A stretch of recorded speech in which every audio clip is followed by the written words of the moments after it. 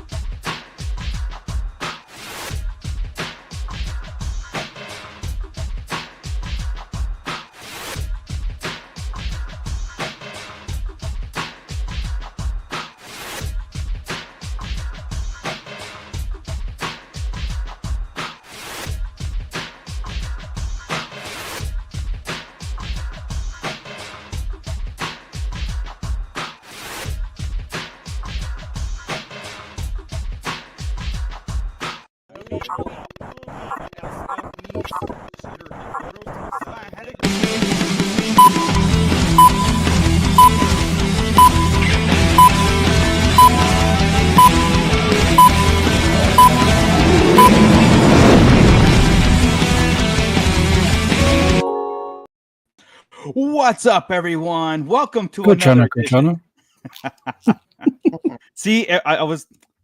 What's up, everyone? Welcome to another edition of the Sarlacc Digest, a podcast bringing you line talk and digesting Star Wars topics over 1,000 years. This is episode 314, being recorded on July 2nd, 2025.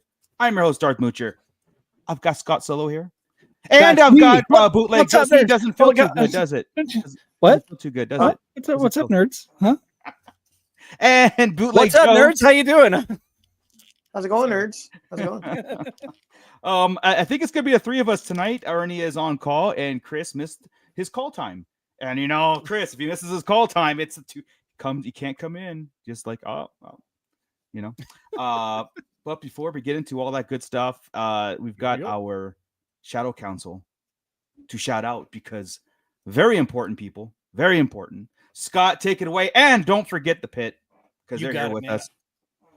I am on the case. Welcome back, everybody. You know what? We have a special guest in our midst tonight, and I'll tell you all about that momentarily as I walk on down this list right here. That is Adam S., AJ from the Forbidden Panel, Brandon and Anya Epler, Brian C., Cliff, Commander Bly, Commander Cook, Crystal E., Don the Dad Dorn, who is currently lost in the incorrect chat. I've sent him a message letting him know he's in the incorrect chat every time. Eric Grubb, Flavy Davy, Gavin Connor from the Holy Hour All Cure podcast, Justin the Vanilla Thunder, our very special guest, Mr. Hal Runner Base, has joined our Shadow Council. Nice.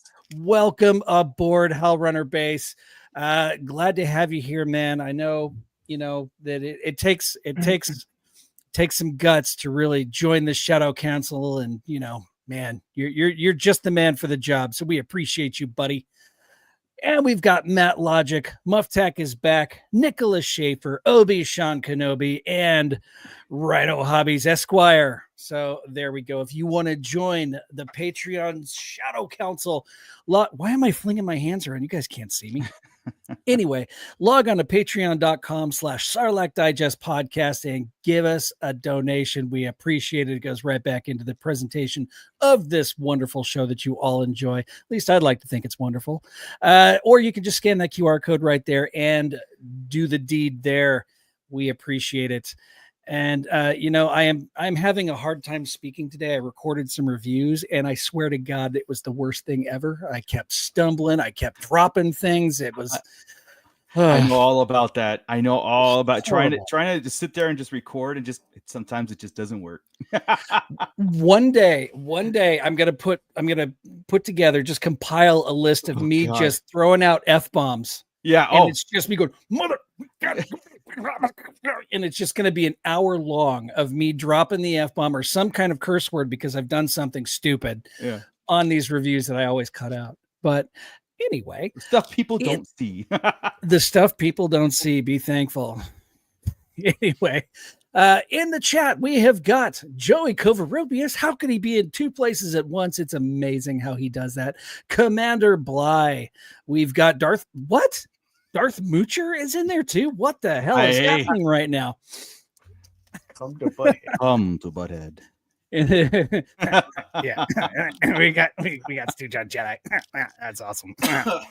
Oh God! And then the aforementioned Hellrunner Base is here. Who else have we got? Lots of Hellrunner as he do. Hellrunner. Oh my God! How many messages can Hellrunner put on there? It's that number one spot. Gordon. I know. See, then we got Gordon. See, with all those. I know. You forget he's there because Hellrunner spammed everything. This dipshit's in there too. I don't know anything about him. Then we've got, that guy. I hear he stumbles over his words a lot. Then we've got Basil G in the house. He's in there. Let me see more Hellrunner. We've got Meeks. What's up, Meeks? How you doing, man? Glad to have you on board. And we've got Matt Logic 44 in there. The doctor is in the house, ladies and gentlemen. He is doing house calls now. We have got Dr. Brantley here, as well as Rhino Hobbies and the Chet Maddox. We've got Chet in the house too. He's dropping massive money bags on us. Unfortunately, I don't think we can cash those out, man. But I really appreciate the sentiment. We'll take them. We'll take it. And then Rick Jones is in there. So if you want to shout out just anytime during the conversation, say hello. We'll give you a shout out as we go. Absolutely. This is a conversation, as you know. And so we're here to talk Star Wars. And of course, we did our Monday show, our toy chest. So if you haven't got a chance to go and do the replay crew on that, we dropped a new toy chest. And we did kind of get into a little bit of a Wednesday talk, but I mean, it was good because it was in the collecting field, but it kind of goes on what we're going to talk about tonight is that, we have about a year, a little under a year actually, before we hit the new content as far as like real content. I mean, I don't know about you guys, but is Visions really real content? I mean, I think it's fluff. It's good, but it's not like things that people like sit and take notes with. And I think we're still about, 6 months away from any kind of promotional kind of leeway to the Mando Grogu movie. Yeah. And so as people do, and as our thumbnail says, and as our title and everything says, the tiniest of interview, tiniest of whatever an actor says and stuff, it's like big news, right? Because again, I mean, can you blame everybody? But at the same time, like, okay, for example, Shin Hati, we're gonna call her Hati because yes, because why? Because, I don't know her real name, and it's like this. It's a Ivana Sakno. Yes. So, Ivana. We'll just call her Ivana. I thought she was an Or Olsen ship. twin. No. What? No. No. Olsen twin. Oh hell! John Graber checking in. ICCC announcement Friday. Awesome. We're Nice. We're going to be paying attention to that. So yeah. It's too John. She's old enough to be my daughter. So I don't know. Okay. Yeah. We'll curve the hottie talk. But anyway, she was interviewed on Ahsoka. They're filming now. They're filming right now, and she was asked about it, and she. She said something like in the. Would you like the exact quote? Yeah, go for it. Because okay. I mean, yeah. Ivana Sakno says the Star Wars show's second season is currently in the middle of filming, and promises a bigger and even more in-depth journey. Period. Cool. So.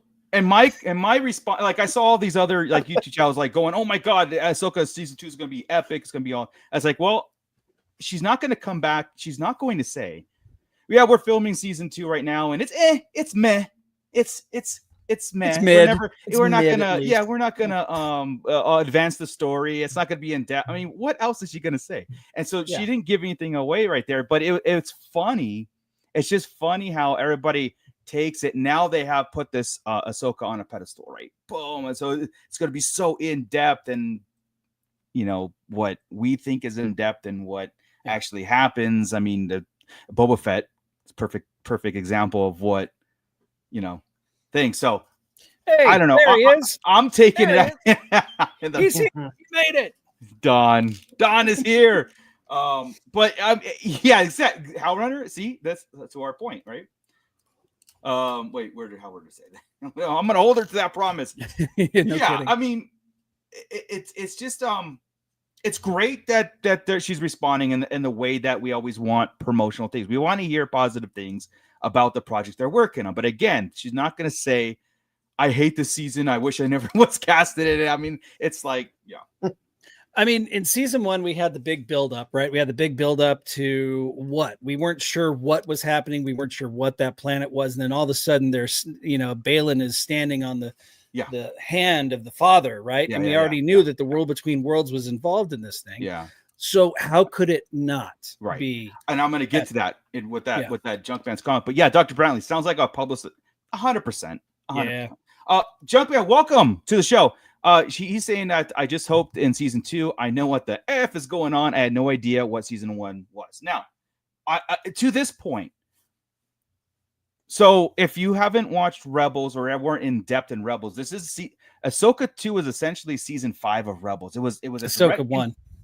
Thank you. Yeah. Ahsoka 1. It was a direct continuation. So, and parts of it of the Clone Wars, the reason why the statues are there at the end of season 1, and hopefully, like I said, what we try to do here is try to bring it all together, bring the talk in, and try to kind of put everything in its place. So, I understand like a lot of everything in Ahsoka, a lot of things, Purgles, everything is animated source material. So the people who don't watch the animated stuff, it could be very convoluted, be like, I don't know what's going on. But the promise was, and I think Dave Filoni said this, was given this, if you let the seasons play out, season 1, I don't know if there's going to be a season 3 of Ahsoka. This might be it as far as the live action Ahsoka, who knows? But he did promise that when all said and done, you will know you're not going to need to go back and watch the animated stuff. Now it helps. You can get a lot more kind of like, and you should. Yeah, and they're great. You could put things in its place, but there are gonna be some standalone plots that will answer the questions that season 1 put, and then season 2 will answer. And that ending for Ahsoka 1 is going to be all encompassing why they recasted Balin and why Shin is probably saying that it is a lot more in depth because we're going to start explaining things a lot more what we set up. And so I just wanted to kind of like give people that assessment of like, Jumpman said, I don't mind the sequel in the cartoons. I hate they sold it to me not needing to know the cartoon. Yeah. I would, again, I think you have to let it play out. Let this season 2 play out. Now, if it's still left up in the air and convoluted, then yeah, 100%. it's like they didn't do that job what they said they were going to do. Yeah, they had to work out a way to get Thrawn back to the galaxy as a whole, right? They had to figure out a way, and that's what the majority of this. Let's be honest, that's the majority of what the season was, right? It was getting Thrawn back to the main galaxy. Yeah. That's what 100%. The point of season 1 was. And then the Balin thing was like a whole added thing, and that's what again, me personally, that's what I love about Filoni and what he does. It's like it wasn't just a season of getting him back. It was like, all right, we're gonna have our world in conflict again, but now we have this kind of mystery plot that's going on, and Ahsoka still is stuck on Peridea, with who else is with her? I forgot. We've got Ahsoka, we've got Ahsoka, Sabine. That's right. Sabine's with Huyang and their ship with the little turtle people, right? And Anakin, essentially. Anakin's there too. Right. So it's just it's I like it because it's more mystery to it, but I do agree that you shouldn't have to. You should want to, but you shouldn't have to go back and watch hours on hours of Clone Wars just to find that Mortis arc, to find out what's going on in Ahsoka, right? And but Rebels does a great, like, if I would can you skip the Mortis arc and just watch Rebels and then understand it? Because you still need the Mortis to understand Rebels. Yeah, you do, man. You really do. I think what's great about Disney Plus is they probably will throw in essential episodes, like essential watches. We did. We put together. Yeah. Actually, now that we've seen Ahsoka as a whole, I mean, season 1 as a whole, maybe we should revisit that. Absolutely. And figure out a way to really pare that down and maybe do a quick episode on what you need to know before going into episode or season 2 of Ahsoka. Yeah, absolutely. Because I think we can narrow it down pretty good, Yeah. Yeah. Go ahead. Well, I was gonna bring up Hell Runner and Commander Bly's conversation about the Sabine becoming a Jedi. We've gone over this a million and one times. I don't mind it. I don't mind it, but I don't like the fact that she went from barely being able to grab a lightsaber to being able to throw Ezra across a chasm. I mean, that to me was a huge leap, right? Without all of a sudden, it's like the Force was open to her, so she's just like the Force awoken. The Force awoke. The Force. But Commander Bly, Kanan should have sensed her Force capabilities. Yes. However, I do believe a certain blood test was introduced in episode 1 that makes that not necessarily a thing, right? It took the magic out of the Force, and it's now a quantifiable thing with blood tests, right? I mean, I think we had Qui-Gon sensing things. He sensed, powers in the boy. Even Yoda sensed fear. I mean, there are those capabilities, but I think Star Wars did set up too that person has to be in tuned with the Force in some way, for you to identify it. Now, Sabine, again, we have to kind of headcanon this, right? She wasn't in tune, therefore Kanan just taught her the Darksaber as a weapon. She taught lightsaber training as just a weapon because she's a Mandalorian. That weapons are their religion, and this is how you fight. And probably didn't know to train her in that way. Ahsoka probably sensed something later on that maybe Sabine awoken, that there was something in her that could be awoken in her. You know what I mean? And moved on. And again, we have to headcanon this stuff to make it make sense. And I keep coming back to the fact that she is a Vizsla. She is a Vizsla, right? And was it Tar Vizsla who was the creator of the Darksaber? Yes. The Jedi. First Mandalorian, First Jedi Mandalorian. She is a direct descendant of him. So, I mean, it's there. It's just that you do have to do that mental gymnastics to get there. Yeah. That right there makes it more clear instead of it just being a random person that's just Force sensitive.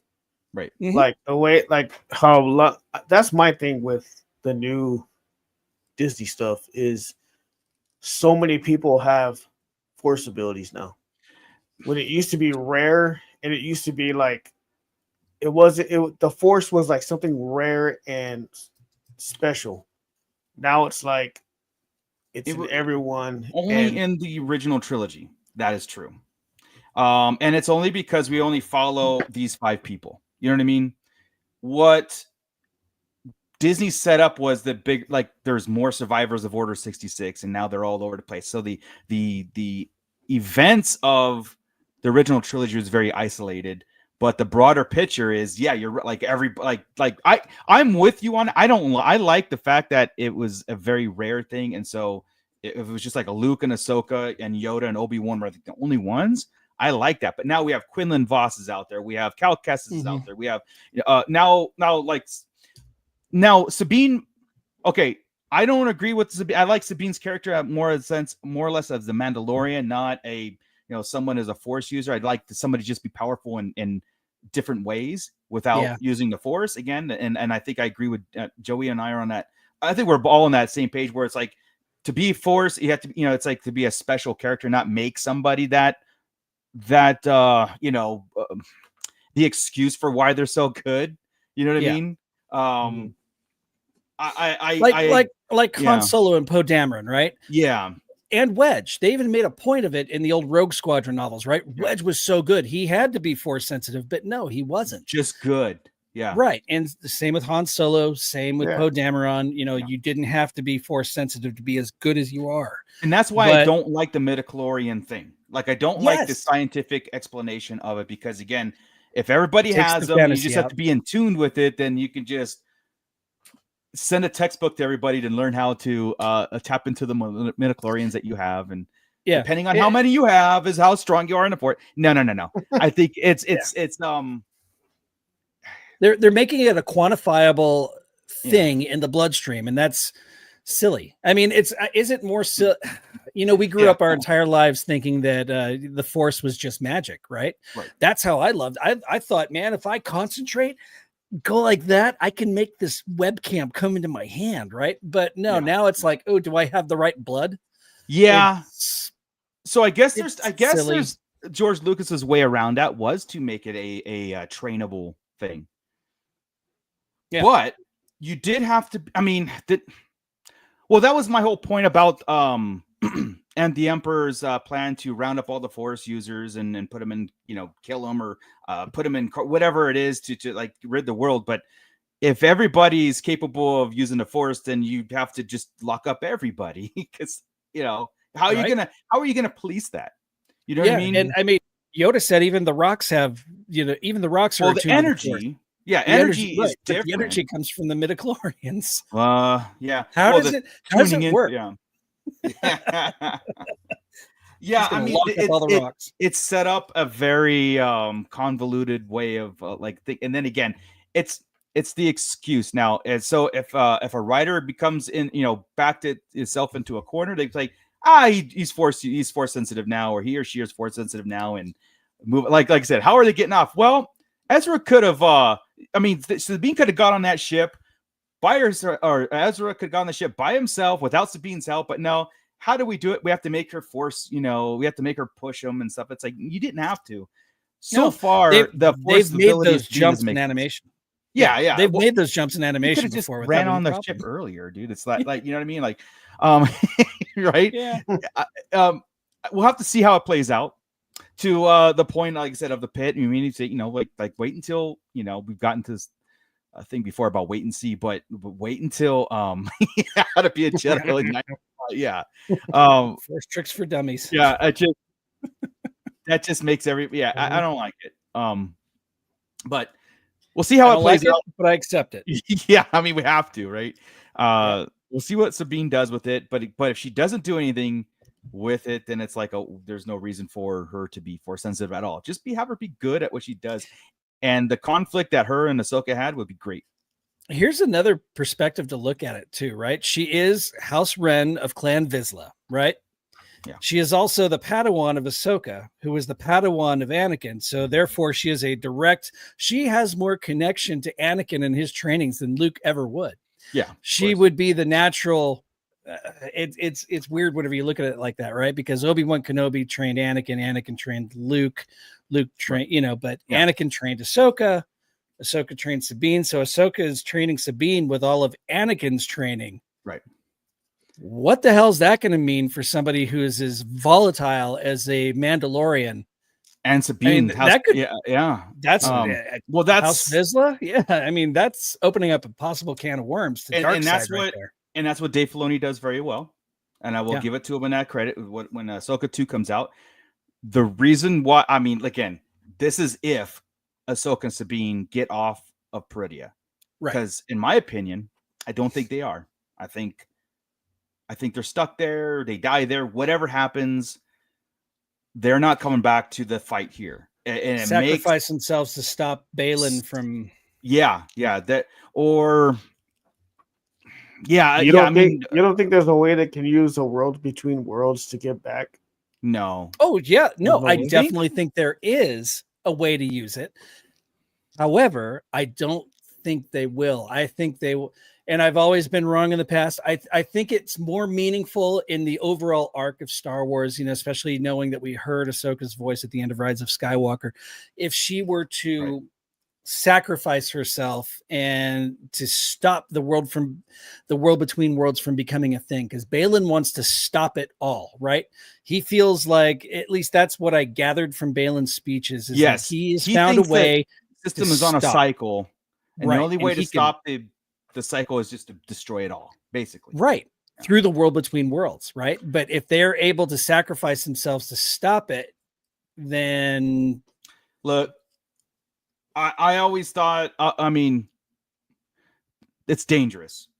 It's dangerous to go that route, as to simplify the world between worlds and say that's a portal that you can time travel, or you could go anywhere you want. Because when they pulled Sabine, when Ezra pulled Sabine or Ahsoka out of the her essential death, that Vader, her fight, she went back to that same portal. She couldn't go anywhere else. She said, I can't go with you to where Ezra was going. She chose not to.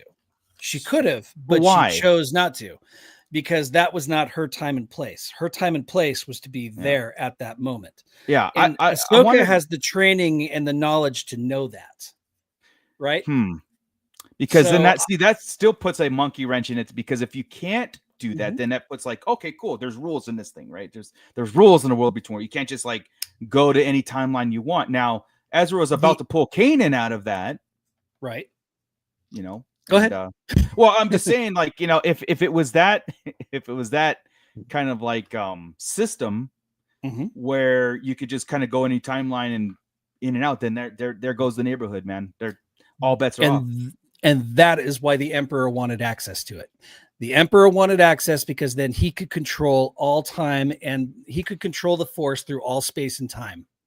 Do we need this in Star Wars? We don't. It exists, but I think this is how it stops. Yeah. I think in order to save the galaxy, something has to happen to the world between worlds so it is never accessible again. And I think that is maybe. I think that is Ahsoka sacrificing herself to stop it from happening. There you go. Now, whether or not Sabine does, or Sabine's stuck on Peridea, or Sabine finds a way, I think Sabine will. I think she'll survive and get back to I think so too. Our time, or I say our the Star Wars universe proper, not the Peridea. Oh, hang on. Yeah. Hang on. Well, and this is a total, theory craft right here. What if, since it is access to all space and time, what if she is thrown through a portal that sends her to another time, and all of a sudden she's at the beginning, the dawn of the Jedi time? She is our in to the dawn of the Jedi. Well, what if she steps on a butterfly? Then we don't have Luke Skywalker. Like nothing happens. In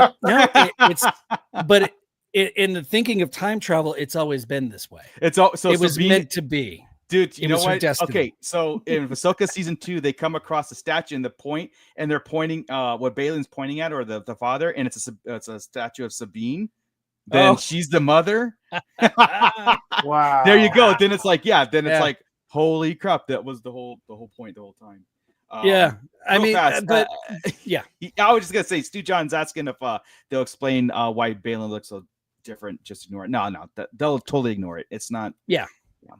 I think if you grow your beard long enough and your hair long enough, you get dirty enough, you're just going to blend right in. I don't even think they're going to try to hide it even that much. They'll have the short whatever, and it is what it just continue as, That's the proper way to do it. Yeah. I think so. Not even mention it. Right. Or, all of a sudden he's got a scar on his face. Who knows? Hey, who the hell knows? Anakin. Yeah. Luke. Right? Luke, his face changed from episode 4 to 5, attack. Right? Yeah. Yeah. But I mean, seriously, there are ways to utilize the world between worlds in a very threatening way to the galaxy as a whole, but put an end to it and make it a meaningful end in the Star Wars lore. Yeah. Commander Bly, he'll get attacked by a Wampa in the first scene. Yeah. Yes, Scott, I think if that were all to take place, then that whole thing about Sabine going back and being there from the beginning, cool. That explains it. Then you have a purpose of World Between Worlds. So otherwise, if you just open it up just to destroy it and nothing else kind of matters, and they're still doing it's a waste of potential. Well, in Ahsoka, that's it. If Balin's ultimate goal is to destroy everything and to put an end to all, my understanding of his objective is that he wants to stop the Force. He wants to end the Force. He wants to end it all. And almost like a Marchion Ro in the High Republic, his ultimate goal was to destroy all life, right? Yeah, I mean, I see it as he wanted to destroy because he looked at Shin and he said, she's like, just like me, I was a Jedi trained in the wild. He goes, no, you're different, right? Because he was trained by him and stuff, and he had this whole notion of there will be a war come. Thrawn will bring a war, and then the cycle will continue, and it'd be over, whatever. And he's looking for something different. That was the Balin talk on how it ended, and then we came to the Mortis statues. We're just gonna say the Mortis family. The family statues right there, and so that opened the whole thing to Abeloth and World Between Worlds because Anakin's there. I don't think is Abeloth canon. I don't know if Abeloth is canon because she was written in Legends time, right? So correct. People keep throwing around the word Abeloth, and don't be surprised if that's not. Who was she? Because her character around a lot. Well, because the hieroglyphics or the writing on the temple walls, were a connection to Abeloth, because through the Jedi Order games, through the alien races and all that stuff, it's a connect, and that's why people are making that connection. Now, she's an entity, a corrupted entity, being like that wanted just. We should do a deep dive on her, because I'd love to learn. Yeah. I even seen one of those little AI shorts where Shin turned into Abeloth, and I was like, well, hell, dude, let's go. Crazy, dude. If that'd be totally wild, dude. Like, seriously, if Ahsoka season 2 could end up being like this epic, really, really, really epic season, with stuff like that, bring in an Abeloth with the Mortis arc, what Balin's trying to do, what Scott was saying, and then you come to our world where Thrawn and Admiral Akbar are going head to head, because it was promised that Thrawn and Admiral Akbar are going to have one of the most epic battles that they could afford to put on equals. TV. Yeah, they're equals, and they said we're going to have the most. Like I said, we're going to do a space battle to the limits of what our affordability is. And I was like, hell yeah, dude, hell yeah. Like, if let's go. Two tactical masterminds going at it. I think that'd be great on film, seeing it and stuff. Now, Abeloth is an ancient creature. I'm not 100% clear on all the stuff, what it is, because I'm trying to learn it too, as far as like, if she is going to bring, be into this, but she's like a dark force or dark side energy, being. She doesn't really have a physical form. The drawings and concepts are just by descriptions from the book. Like, it's not a clear thing. Yeah. According to Stu John, she was a handmaid to the son and the daughter who became the mother. Yeah, I don't know. I don't know how that works, but okay. But the Force twisted her into an evil Force god. Yeah. Okay, cool. I'm not as well versed in all of that. I didn't dive into there was a time in which I just stopped with the books and the comics back in Legends because it just got so convoluted. But I'm interested in finding out about that. Yeah. Well, Commander Boy, I feel like Akbar will flounder under pressure. But thoughts. Haracha. You know, though, the Shin or Ivanka's statement that this is the most epic thing ever seen is not the only bit of non-news that we got this week. There was also word that it is.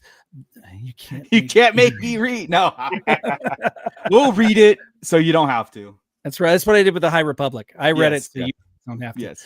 But so today it was also, I saw a post saying that it's confirmed that they are working on Obi-Wan Kenobi season 2. Yeah. So all right, guys, let's take our Ahsoka caps off for a sec. Let's put our Obi-Wan caps back on, and we'll address this rumor. It's well, you know what? Hold on. No, we haven't done this in a while. This falls in the line of right now. I think it's Poodoo because nothing is official. Nothing was press released.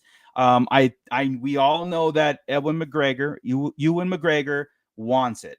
We all know this. I think Hayden Christensen said he's up for it. Like people are willing to give it a go on a Kenobi season 2. Again, here everything is Poodoo unless it's official. You know what I mean? Unless it becomes something, and there's no signs towards it, but we were having this kind of a private discussion on it in our chat, saying if any in the pit, you know what? Let's put it up to the pit too. If any current Disney Plus show, let's throw it at Disney Plus show, deserves or needs a season or another season for it to make sense, do you guys automatically think Kenobi does, or something like Book of Fett? Else? Yeah, because my opinion is they should be putting their efforts on Book of Fett to write some ships that Book of Fett went way too far with, and make it a menacing, kick-ass, let's bring it back to something where there's an opportunity to fix a show. I think Kenobi ran its course, and I don't know who's that. I mean, I'm speaking for myself, but again, it's a generalization statement. Who's asking for a Kenobi season 2 other than Ewan McGregor because he wants to work? You know what I mean? If it's made, I will watch it. But does it need to be watched? No, it was perfectly set up to end right there and lead into A New Hope. Like Basil G. What more needs to be said? Yeah, I don't know. It doesn't. I don't know. Right? Who else is he going to fight? I mean, he's already fought the most evil man in the world, his Padawan, right? I mean, he came head to head with Darth Vader. It shouldn't happen again. No, come on. It does not need to happen for the fourth time, Kenobi. Yeah. It just doesn't make any sense. There needs to be no interaction between the two. No, until they see each other again on the Death Star. And I don't know where Ewan McGregor thinks where the story can go. If it's just more exploration of him and training with Qui-Gon where they left off on Reva, who knows? But Stu John, as long as there isn't a musical, how terrible can it be? coming from a guy whose name is Stu John Jedi, a Jedi from Obi-Wan Kenobi's homeworld, I wonder why he thinks that. But honestly, I mean, if they want to do some kind of a story, if they have some, what was that? Get rid of Obi-Wan Anakin, make it Reva season 2. Blasphemy.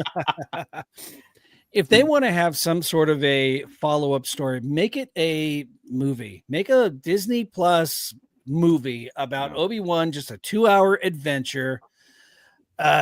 You don't need anything in depth. You don't need him to go head to head against Darth Vader again.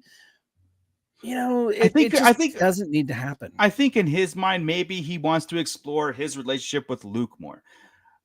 Some sort of dangerous. It's like you're just going to reverse roles and make Luke in danger instead of Leia. I mean, the thing is, though, in the original trilogy, though, they make it seem like it's like they had not a friendship, but they knew each other. They know of each other. Yeah. So they know of each other. It's not like they had a lot of interactions. Right. No, it'd be one thing if they were like friends and stuff or neighbors, but they're neither. So they had a couple of brief interactions. So what could more could you possibly say? Yeah. No, Luke says, I wonder if he means old Ben. You know, Yeah. I mean, that's exactly the quote. It's not like, oh yeah, my buddy, old Ben, let's go get him. You know, I'm gonna tell you guys, Ben. I'm gonna tell you something. Crazy old wizard in my area. Okay, sure. There is a guy out where I live, and everybody knows I live out in the out in the dune seas. The hills have eyes. Okay, it's more like the Junlid Wastes. He lives out in the Junlid Wastes. That's out that roams the desert, carving Joshua trees into statues. Okay, totem poles, statues. I've seen him. I've seen him. I know of him, and I know his work. So it's like me saying, "Oh yeah, the crazy old guy in the desert that carves." It's like that, Yeah. kind of like Luke and Obi-Wan relationship, right? So if I saw him, I'd be like, "Hey," if he rescues me from Tusken Raiders one day, which is possible out here, I'll know who he is. So that's the relationship I'm comparing it to. Yeah. I just had to do it because he scares him away with a bantha scream. But the real bantha scream, not that weird whoop, whoop, Yeah. whoop, whoop, Yeah, that it is now. I like Rhino's hobby. Give Boba his balls back. Yeah, there's opportunity there to revisit that and really take Boba Fett's character and propel him into what people are complaining about. Yeah, I mean, there's a way to do it, and that's the thing. It's like, Disney's doing this withdrawal with the shows, right? They've cut the funding from it. They're like, we can't spend that much money on these shows anymore, and we can't do as much anymore. And the ridiculous budget numbers, like $650 million for Acolyte, I think it was, or something like that. Don't quote me on it, but it's something where ridiculous. Yeah, and you go, hey, well, we appreciate the content, but that's not a sustainable business model when you're only paying $14.99 a month that people cancel and re-up when there's something new, and that was their thing. So Disney Plus is trying to, out of the gate, compensate for the cost of stuff. They realized they can't. So there's a big withdrawal. Now, they'll never do, I don't think they're going to touch anything. I don't even think they're going to do a Kenobi season 2. I mean, the amount of money they put in Kenobi season 1, it wasn't that much anyway. So who knows? I think they're gonna, concentrate more on the movies. But I think in our world, we kind of look at it like not a business, and we look at it like what would be cool in our timeline to put things in its place. And I think that, like, to us, a lot of people agree that Boba Fett season 2 to right the ship. There's a lot of reasons to do it more than not to do it. Just like Kenobi, there's more reasons not to do it than there is to do it. Right. Yeah.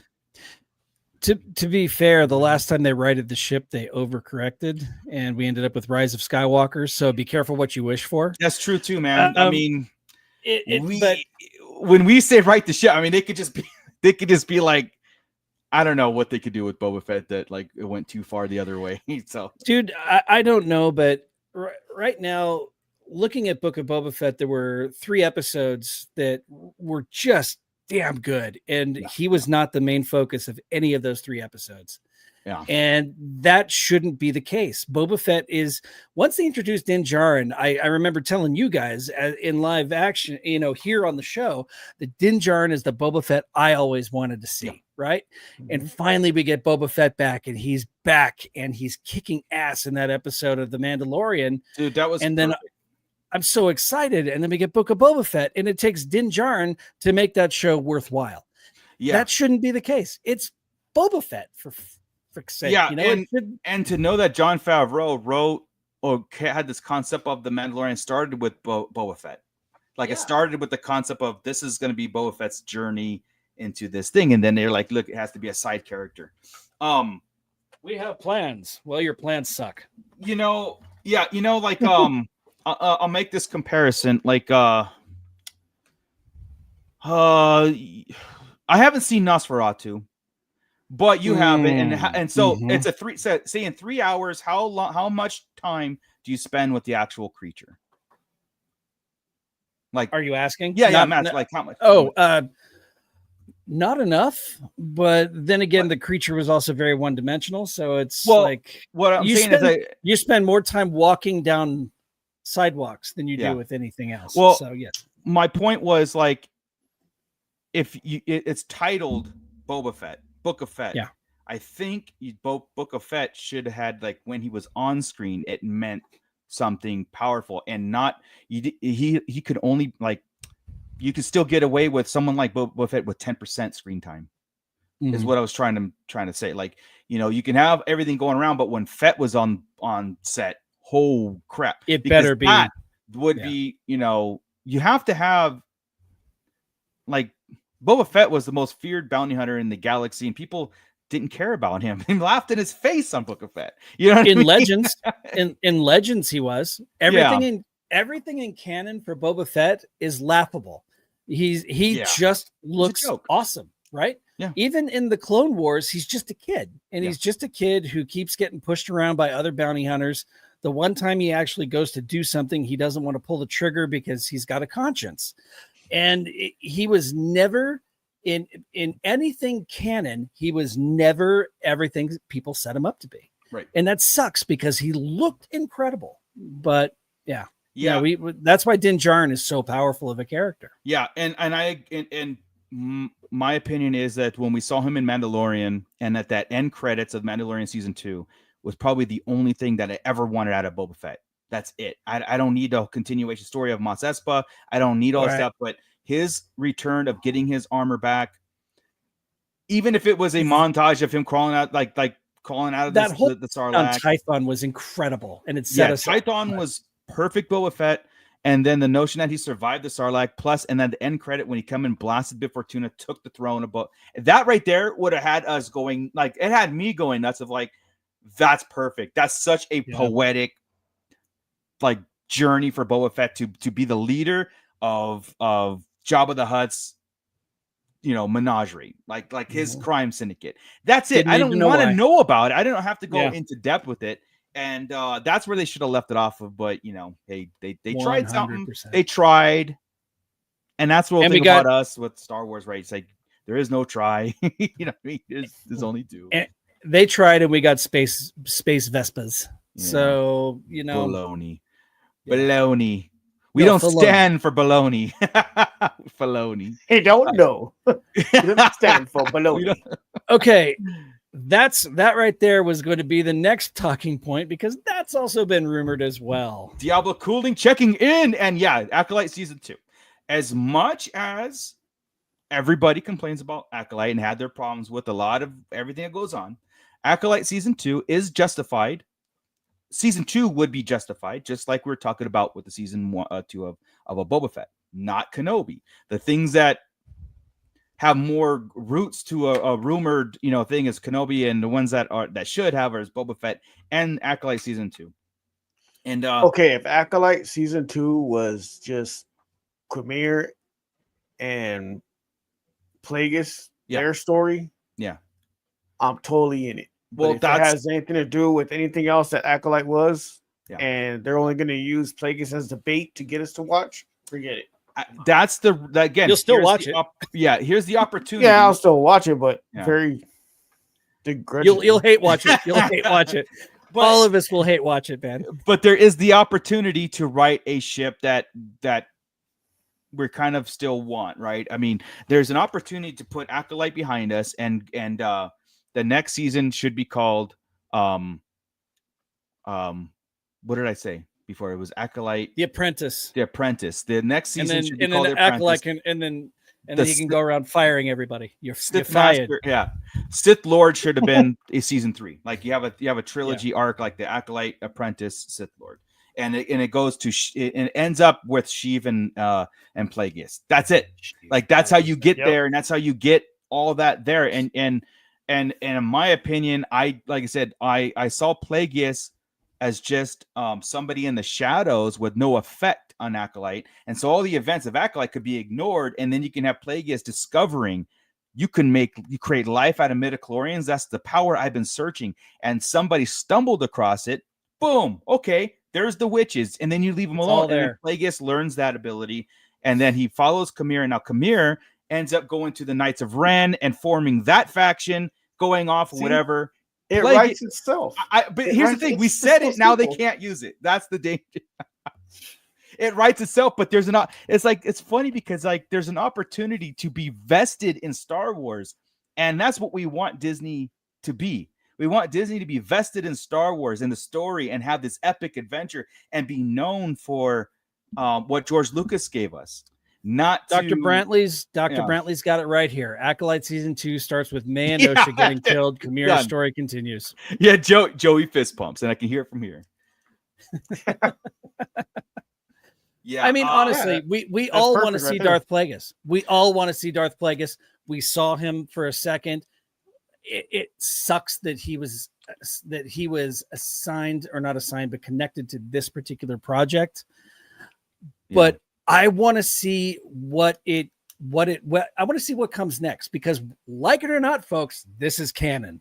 Yeah, it's just the way it is. So if you ever want to see Plagueis again, it's got to continue from that. Yeah. And I'm sorry to say it, but that's just the way it works. But I'm having this ability right now, Scott, is to completely ignore Acolyte in all my Star Wars in my brain. I never want to do that with anything, right?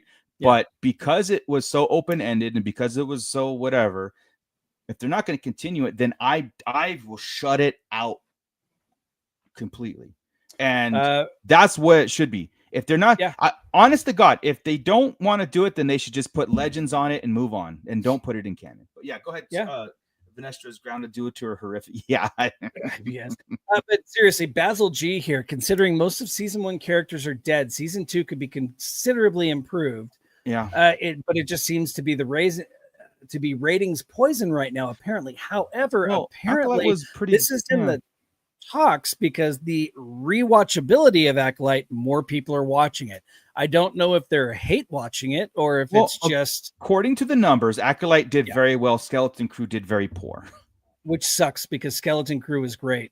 Skeleton Crew, yeah, I know. And Acolyte still today is, and so is Andor. Andor has taken the lead on like very, very good, as it should. Andor is understandable, but it's like, how can Skeleton Crew be like not rewatchable? Yeah, I don't Rhino know. Said, don't let Leslie Headland in the building. Yeah, she's exactly barred. No. I think part of the problem with Skeleton Crew is people were very upset by what happened with the Acolyte. So a lot of people were just like, "I'm not watching it. I'm not interested." And they're giving it the Solo treatment, right? Yeah, it didn't look like Star Wars because there wasn't wars. You know, it was pirates. So people don't know what to think about it, and that's stupid because it's freaking amazing. Yeah, no, and also I think the trailer didn't help with the music and the Suburbia. Just off the bat, I think it was a little bit off-putting, and you honestly, God, you could take that whole Suburbia out of Skeleton Crew and you wouldn't miss a thing. You could just make it a Star Wars city like normal, and like it just sometimes it's the choices that baffle, and they leave those in, and knowing that's going to cause a rift. That does seem to be an issue. Universal Toy Collector checking in. Hey, can you guys really see Disney putting that amount of money into a second season of The Acolyte, regardless of what you call it now or how you dress it? No, 100% no. We addressed that. I don't think they're going to put any money into a Book of Fett season 2. I don't think they're going to put any money. No way. They dropped Acolyte. Disney, just like Hasbro and a lot of other companies, is a pendulum. They swing one way, and it's like they put everything, and they put $650 million behind a project. It gets backlash. It goes the other way to they forget it for 20 years, and that's they'll. Like I said, it's like a Willow. Let's look at what happened with Willow. Willow was landfilled E.T. Atari style, and deservedly so. So, but Universal Toy Collector, the whole point of this conversation is the fact that people keep talking about this stuff as if it's news, and it's not. Yeah.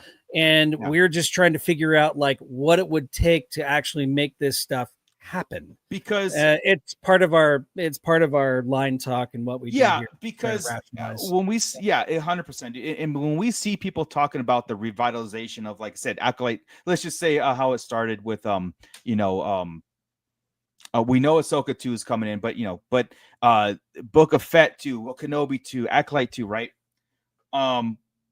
We always look at it the fact like, is there enough content there to justify a season 2? And in our world, if we kind of lean towards yes, now we look at, will Disney do it? Will they put right? Because the fact of the matter is, Disney won't do it for the sake of story. We know this. They're not going to do it because the story deserves it. They'll only do it if they could see a return. Yeah. George Lucas, and that's why there's a very line. And again, and we're I've all seen in. Frozen 2. I've seen Frozen 2. There's no reason that shit had to happen, but it happened. And I believe we're all in as far as like, hey, we're Star Wars fans and we want to put everything in its place, good or bad. We will call out when we need to, and we'll do things. But the fact of the matter that we want story to mean something. We want content to mean something, where George Lucas was all about that. George Lucas wanted content to mean something. That's why the prequels on paper were fantastic. I think they worked. And some of the visuals were just a little too harsh, a little too wooden, all that stuff. But he looked at it like the story was more important. It was innovative. Yeah, Disney won't do that. They won't go, hey, we need this. We need this movie, the series, because it propels or it fixes or whatever. They don't look at it that way. Yeah. Like, I'm sure they saw the feedback for Plagueis when they showed him peeking around the corner. They saw the positive, they saw the reaction videos, they saw all that, and they saw the feedback they got with Premiere. It's like, what would stop them from, just like you guys said earlier, just not even calling it Acolyte Season 2, but calling it Premiere, The Apprentice, like you said. Right. I think that's kind of getting defeat in a way, because they put all their chips in one character, and that character was not well received. So they had plans to do Acolyte Season 2. Even before Acolyte Season 1 came out, Leslie Headland said, we have a basic outline for Season 2, and we're ready to go when they are. That's what she said. But I think what happened, there's a couple things that happened. The promotional things for Acolyte was a train wreck. We all know that. We don't need to get into it, but we know exactly what was it. They weren't talking about the series. They were talking about what's going on in our everyday today. And that's not why we are in our entertainment. 2, 650 million. I'm putting that number out. Correct me if I'm wrong, but I believe it was a budget of 650 million. Yeah. Was way too much to invest. And I think Disney think that's what it takes to make any show anymore, where they don't know how to cut those corners to make a decent show. But like Andor, I don't know if Andor took that much money, but they're not seeing the financial returns on it, good story or not. And so that's why they probably cut a lot of future projects. According to this, the Acolyte Season 1 had a budget of 180 million, but went over, exceeding costs, reaching 230.1 million by the end of maybe I'm talking in like Disney Pluses and 650. That's probably where I got that number. It was like Andor, Acolyte. They're not seeing those returns, right? Where they will see those returns is the movie theater. Hence why they're going back to the big screen. They can make Mando Grogu movie. I'm predicting it's going to be $1 billion movie. And I'm not saying it because it's like they're the best characters ever. I'm just saying that we're going to be starved for that content. And Mando Grogu work worldwide, not just here and not just us. Even if it's a fun adventure, it's going to be a hit. It's a Lilo and Stitch type of content, meaning it's going to be fun and families are going to go see it. And it's going to revitalize that interest of going back. That's where Disney's going to find where the Star Wars money's at. Where Disney Plus should have been is something for us where you can continue some good story and can kind of do these things like have a Plagueis, all that stuff. But I think they went and my opinion is that they had an open door policy and they hired everybody and anybody to do things, and they just let it all happen, good and bad. Nobody had nobody it came across any kind of quality control desk. And so you have all these holes, and people withdrew and said, that's not what Star Wars is. That's not how we grew up with it. Therefore, it's doomed, blah, blah, blah. And then you have these, toxic stuff going, and they don't know how to correct it. So what they did is okay, we're going to stop everything. Boom, just stop. And then we're going to do everything other, again, we can't blame them to pump more money into it just because we want them to. Right. I want them to want to. Yeah. You know what I mean? And I want them to do it right. It's not, don't do things that are purposefully just going to piss people off. I mean, there was no reason for Ki-Adi-Mundi to be there. It's Ki-Adi-Mundi. Who gives a shit? But still, he had a set but it he had a means set something to us. story. You know what I mean? Yeah. I know he Yeah. had a set story. Yes, it was Legends, but we hang our hats on these old stories. If you want to, but it's that line of like you're ignoring facts and you're just doing it because it looks good. And if you do it once, you have the opportunity to just do it all over the place, and you can put all these characters that don't mean anything. So when you put in rules and stuff, what we do with Star Wars, it doesn't mean anything because they could just reverse it the next day. That's why Ki-Adi-Mundi was such a conflicted piece. You know what I mean? It wasn't the fact like, all right, you want to retcon it, you retconned them, but you ignored facts, and the fact that it slid by your system bugged us more than you retconning. And I think that's the that's the backlash on our end. Because I don't care. They want to retcon, but they deliberately ignored facts when it's black and white right there in front of them. Yeah. According to Stooge on Jedi, Plagueis was the apprentice at this point in history. If the novel is a close guide, who knows what games he may be playing on the side. It's true, but also that novel is also, like we were just saying, that novel is also, no matter how good it is, and that is a great novel. Darth Plagueis book, we talk about it all the time. Top it's a great tier novel. Should be canon. Yeah. Yes. It is not canon. It is Legends. So they can do whatever the hell they want with it now, and it doesn't matter. We're surprised they even made him a Mun at this point. Dude, I know. I was like, watch, he's going to be an Ewok or something. Because they could have done anything and called him whatever,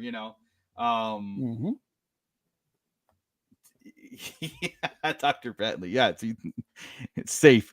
They need to do a story on Tatooine, Hoth, Endor, etc. That all be shot in a desert, snow, forest, like in the old days. Andor showed how much better locations work. Yes, they did not use the volume at all on Andor, and it shows. I'm in that school, that practical over. I think Scott said it best the other day, a long time ago. Said practical with the help of CGI or the what is it called, like the accent of CGI, just enhanced. Enhancement. There you go. But CGI practical, and I believe set locations were key on Andor, and I believe practical effects, all the creatures, everything, basically were that, and I agree. Yeah. They are moving. So they moved production of Ahsoka overseas, right? So it's now being filmed in Pinewood or Elstree Studios, I believe. Elstree and Pinewood Studios, I believe, is where they're filming Ahsoka. Yes. So it is augmentation. Thank you, Bly. Augmentation enhancement. Yeah, that works. But they are making great strides to coming back to the live action. Now, the volume, there is a place and a time for the volume. Mm-hmm. That place is anytime they're in hyperspace. Then, you get the reflections off the panels. Absolutely. If there's an environment that you can't physically make or you can't physically reproduce, go for it. I mean, they could have shot things that were shot for the Mandalorian in like the Grand Canyon or something if they wanted to achieve similar effects. But for the Mandalorian, it's weird how in the Mandalorian in the beginning, I got to watch it again. It wasn't as noticeable as it was moving forward. The opening shot shifted. The opening shot was the ice planet. I forgot where it was. That the opening introduction of the Mandalorian. That was on the volume and it worked. It was like this open, huge, vast, whatever. That was our first introduction of the Mando plus the volume, and I was like, this is awesome. Then they could basically plug and play any kind of environment they want anywhere. But where it didn't work, I think in the Mando it works flawlessly.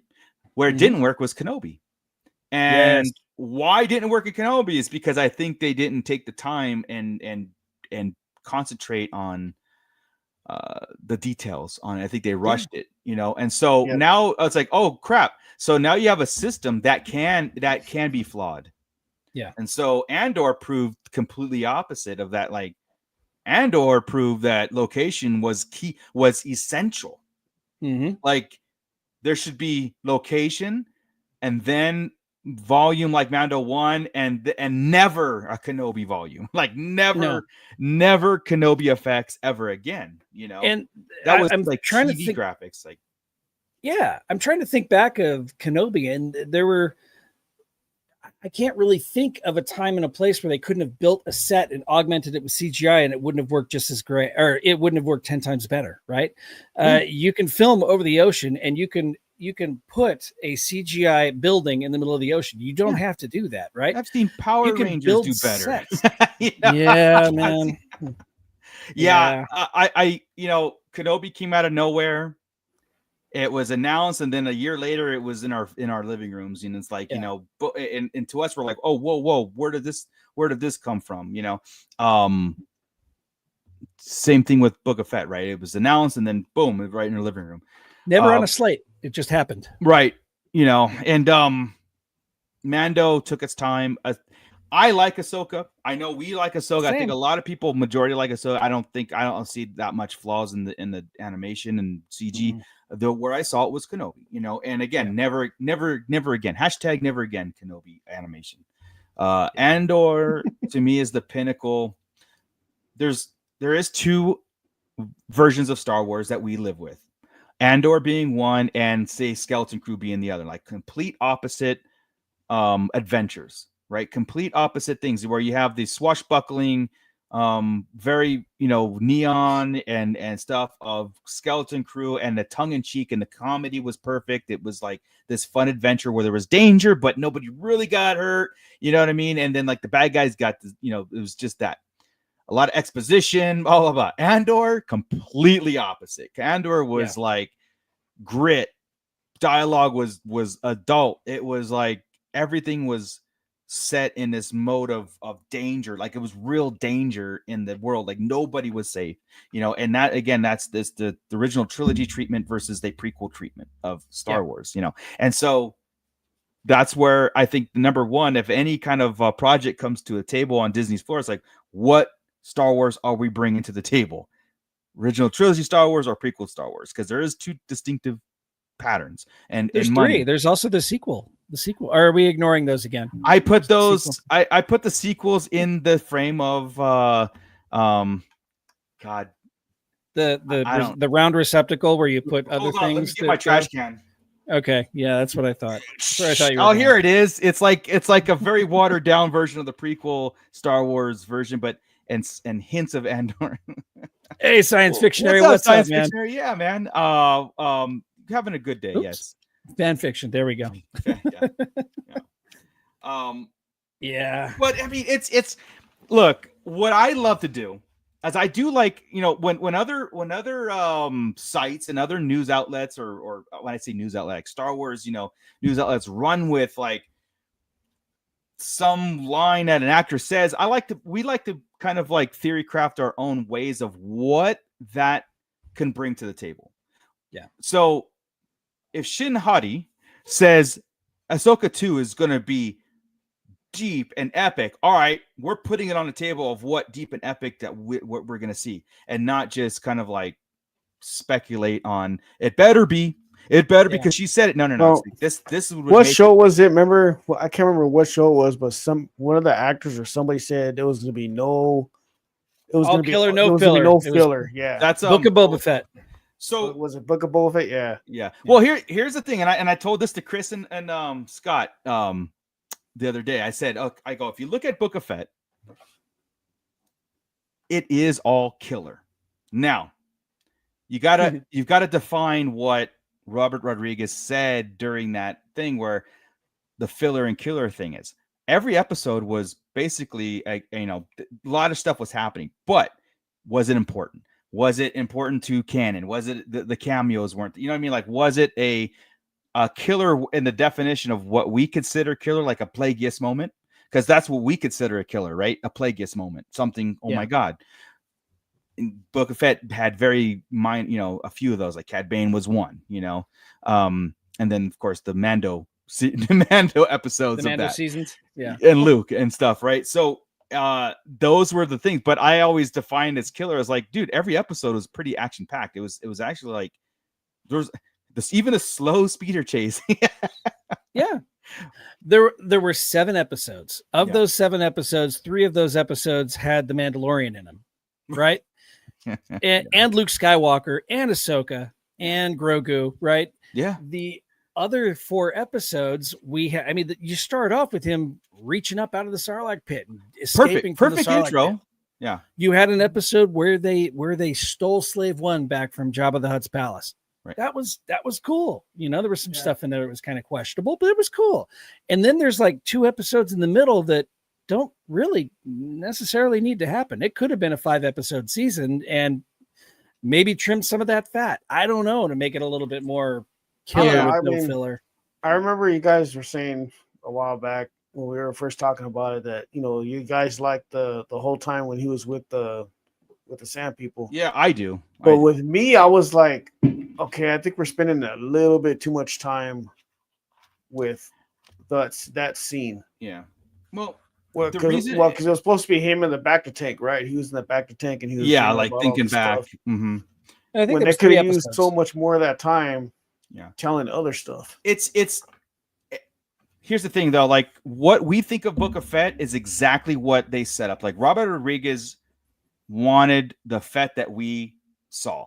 So when we say no balls and stuff, that's exactly what they set up. So how do you get there? Well, you gotta see a change. If you take the most vicious, feared killer on canon, right, and you want to flip him to a nice guy, well, you have to have that time to marinate that. You got to have that time with the Sand People and his reminiscing on his attitude change. The fact that we people don't like it because we don't agree with that, but that's exactly what they set up. It wasn't an accident. You know what I mean? They set Boba Fett up and they made him a good guy, mayor of this town, that at the end people were throwing apples at him. So, and that's exact. And so we look at it and go, that was a horrible choice for that character. And we didn't want that arc, but that's exactly what they set out to do. We just don't agree with that, Dr. Brantley, I love the Tusken Raider stuff. It just needed to play into the end of the series more. I agree with that. I mean, it kind of. But it was for his journey, though. Like it was for him. It kind of did, because the Pikes are the ones who paid them, the biker gang, to do the thing, and the Pikes are the ones that actually killed them. And like I said, it was more for his change, his personality change, his role change. Because he even explained it to Fennec Chan when they were sitting there going like, I don't want to be the hired gun anymore. I want to be the guy who gets paid and calls the shots, right? And so I was like, oh shit, well then like Boba Fett wants to be the crime lord, but his version of it is just being pushed around. Whatever. And at the end of it all, I don't think I'm really cut out for this. Yeah, like, oh, come on. Dude, what the hell? We just spent 7 episodes of this, and you all of a sudden say, maybe not. I don't want to.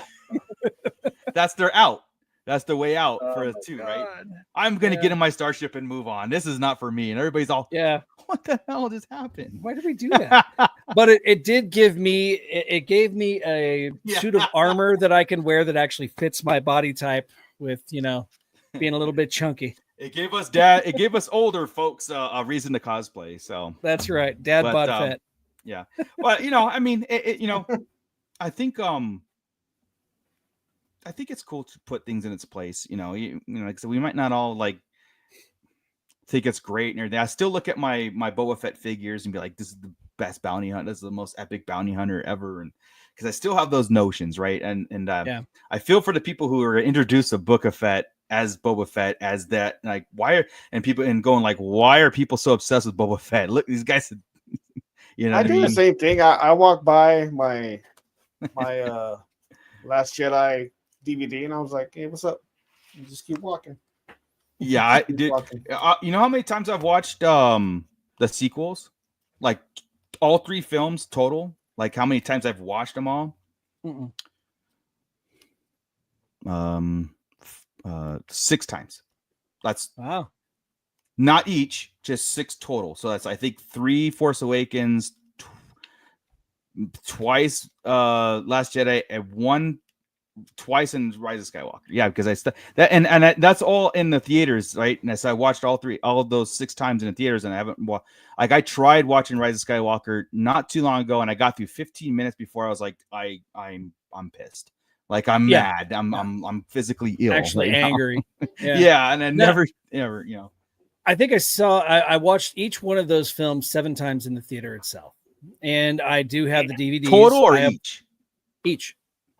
I digest Star Wars, man. 21 times you've watched. I want to, yes. Yeah. I have.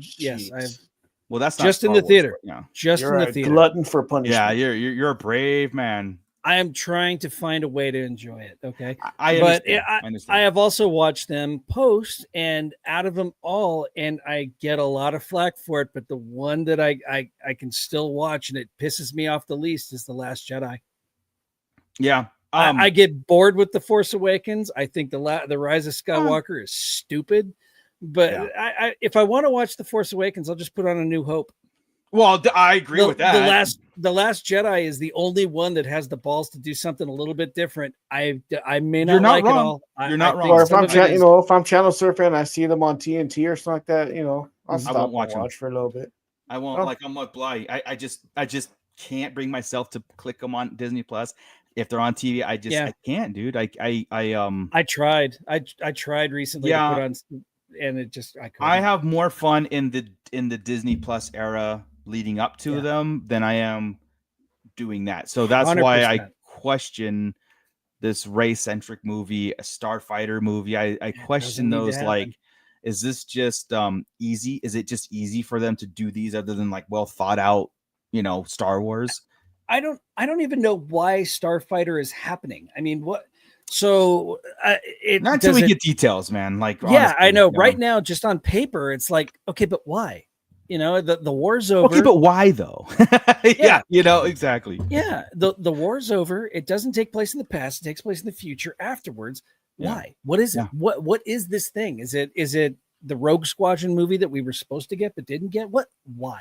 Apparently, that's still happening. You know what I mean? Like, it'll never happen. Yeah, and in the Rey movie, the new Jedi Order post of it, and like I said, when we say Rey movie, that's the only thing that we have going on right now because she's not the focal point of that movie. She's just in it. That's on hold again too.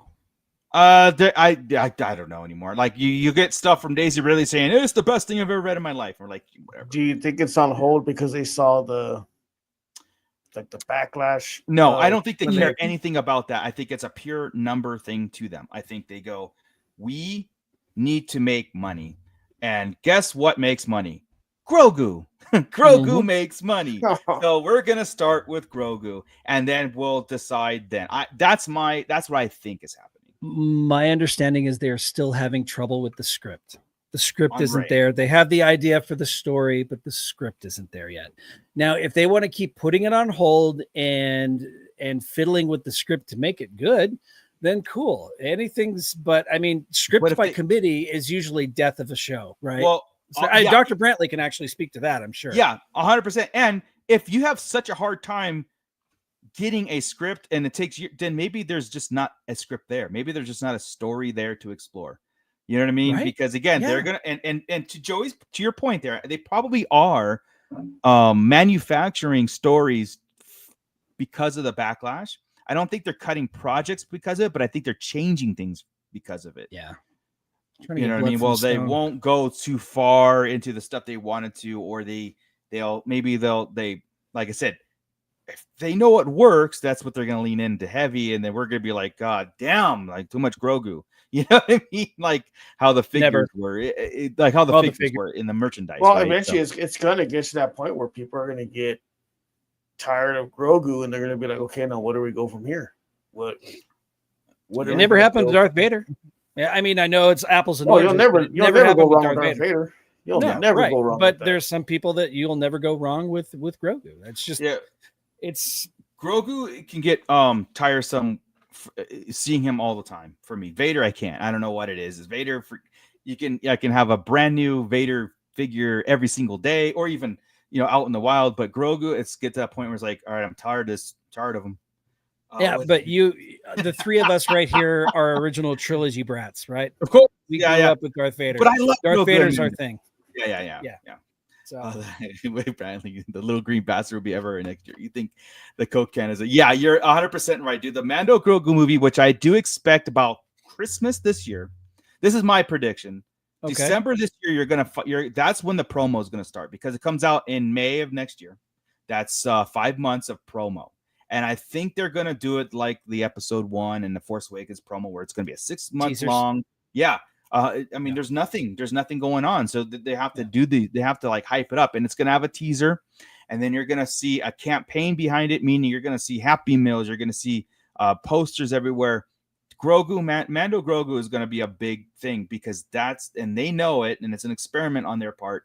They're pushing the return of Star Wars in theaters, and that's going to be the tagline. Star Wars returns to theaters. Yeah, that's going to be a huge thing. So, look at that face, Joey. Look at that face. Come on. I know. Yeah, I'll buy it. I don't. No, Hell Runner. There's no such thing as OT fatigue. There's no such. Oh, Hell Runner, stop it! Out of here. Yeah. Grogu's first. So does that mean we're gonna be doing Taco Bell, KFC, and Pizza Hut runs? Well, who owns? We have the runs after all that. So. Yeah. As much as I don't like all three chains, I will just buy and bite the bullet and lower my life expectancy even further. Eating this stuff. It's canon. He has Grogu the flamethrower. Yeah. Oh yeah. Well, next year we also got Spaceballs 2, or 2027. Sorry, 2027. There's going to be Grogu in that. Some form of Gogurt. Yogurt's going to have a son. Grogu. Yeah. Absolutely.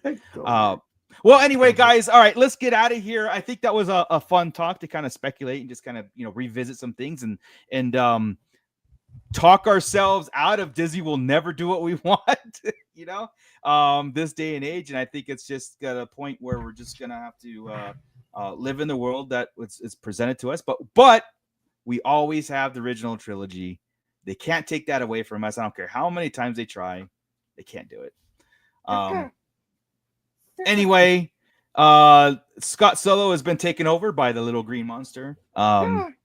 Thank you guys. Thank you so much, everybody in the pit. Since Ernie is not here, I could do the intro or the outro, and so I don't have to repeat and do it again because he misses so much stuff on it. He does, man. What's he even doing?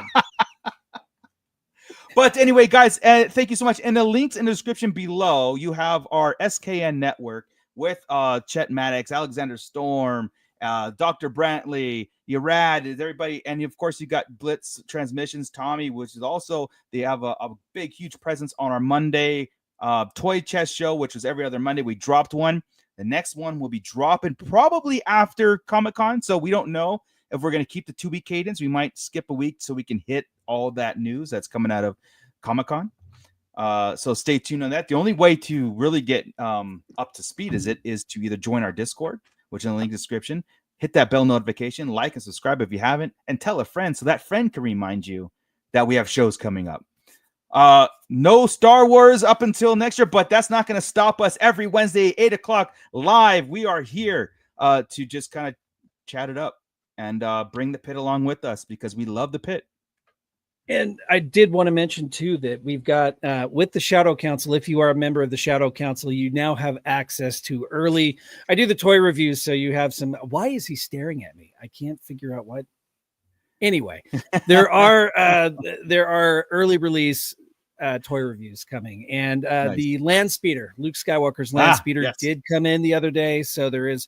Brace yourselves. It's a rough review, folks. But it was a rough day, but it's cool. So, awesome, and then, SM33, I've got some tips and tricks for you on SM33. All of that's coming soon. So just stay tuned to the Shadow Council. It'll drop about a week after in the regular feed. Awesome. Commander Blythe, Tommy is a hack. Don't watch Bliss Transmissions. Oh, that guy, he's a hack. But anyway, guys, Tosche Station, which is now Moocher's 3D printing lab, which is the link in the description below too. It's my YouTube channel that you're going to find all kinds of 3D printing greatness, life-size droid builds, and then of course my showcases of all my action figure stands and displays and everything. So do me a favor and check out my channel and tell me if you like it or don't. I could take it. Grogu's cuter. But yeah, and then we'll leave you guys with Joey and his Tauntaun. That'll be a screensaver. We're just gonna have a live 24/7 camera on Joey. Know. Can we focus on that real quick? I don't know how to. Let's see. You can make Joey. So there we go. There we go. And as we leave you guys with Joey and his Tauntaun, everybody have a great 4th of July for everybody here in America. Safe. Don't blow off any fingers. You need those to pose your action figures. So happy belated Canada Day to our neighbors from the north. Yes. And with that, Scott and Joey, I will see you guys next time. Jesus Christ. Keep it nerdy, everybody.